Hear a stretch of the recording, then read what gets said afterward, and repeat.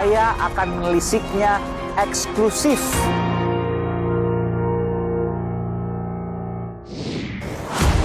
Ada tanggal mainnya. Bapak nggak menerima Pak ya katanya Pak ya? Kita buka semua nanti ya.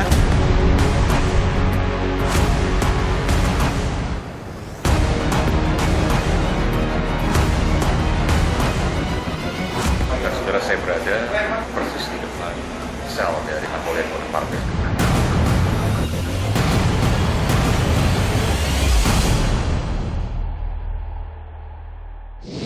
Saudara, saya sudah bersama dengan peneliti Indonesia Corruption Watch, Kurnia Ramadana. Bung Kurnia, terima kasih.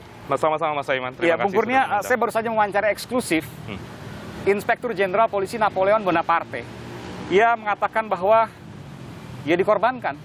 Ada sesuatu yang mungkin lebih dari ini. Bahkan ia sempat menyatakan kepada saya bisa melibatkan kasus pidana lain yang juga melibatkan perwira tinggi kepolisian yang lain, jenderal-jenderal yang lain. Mungkinkah itu di mata Anda? Iya, ada dua sebenarnya ya kalau kita berbicara soal kasus Napoleon Bonaparte, yang mana dakwaannya itu cukup menggemparkan publik ketika dia sampaikan bahwa ada jenderal lain atau ada petinggi lain yang harus diberikan. Akan tetapi harus dilihat lagi apakah keterangan itu memang benar atau justru itu hanya dalam tanda kutip jualannya Napoleon agar persepsi publik mengarah pada petinggi Polri yang lain.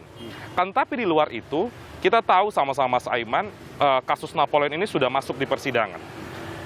Dan dorongan kita agar KPK segera menerbitkan surat perintah penyelidikan. Oke. Bisa dugaan itu benar, dan kita melihat kontekstual hari ini sempat ada keluhan dari KPK. Ketika KPK meminta dokumen penanganan perkara, karena KPK sudah menerbitkan surat perintah supervisi, kejaksaan dan juga kepolisian tidak kunjung memberikan dokumen tersebut.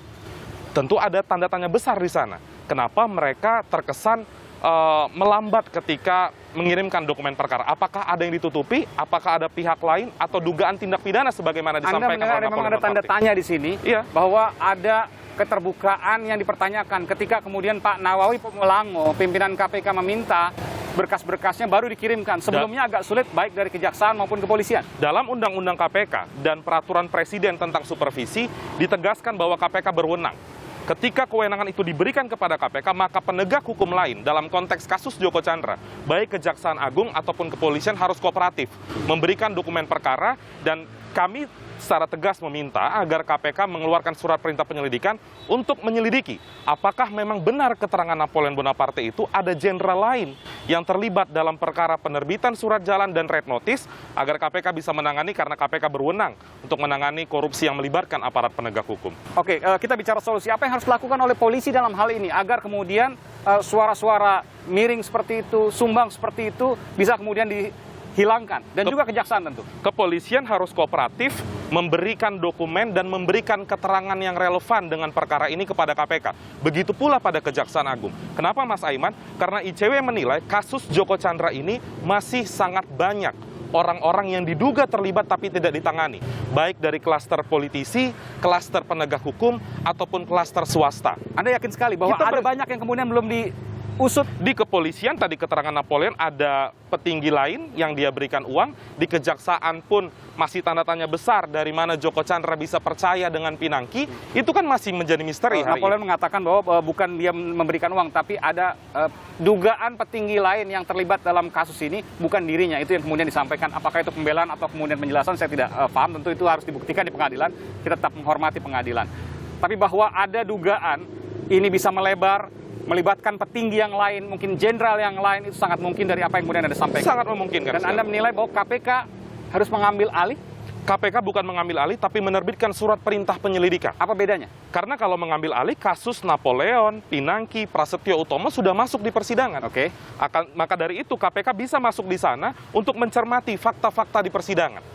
Selain dari itu ya tadi, menerbitkan surat perintah penyelidikan.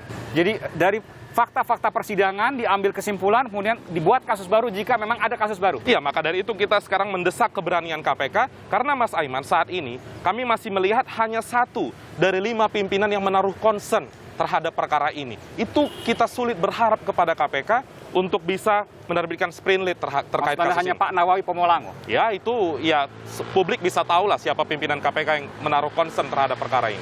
Dalam hal ini adalah klaster yang luar biasa yang memunculkan banyak sekali spekulasi, ada dugaan-dugaan lain yang harus kemudian diusut. Dan Anda yakin betul bahwa ini tidak akan berhenti di sini.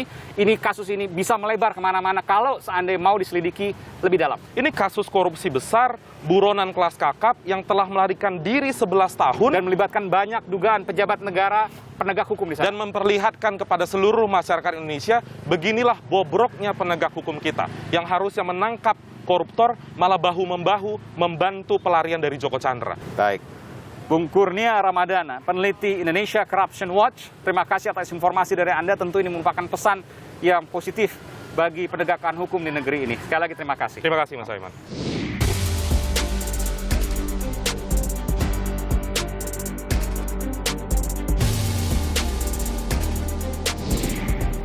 Saudara, semua sama di mata hukum. Tak boleh ada yang diperlakukan berbeda atas nama hukum. Seperti juga semua yang harus menjalani proses hukum.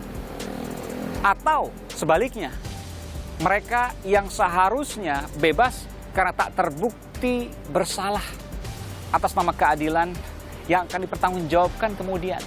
Apalagi pada kasus yang menyita perhatian, yang mempertontonkan dugaan kebobrokan atas penegakan hukum pada kasus korupsi. Tuntaskan, adil, dan transparan. Saya Aiman Wicaksono. Salam.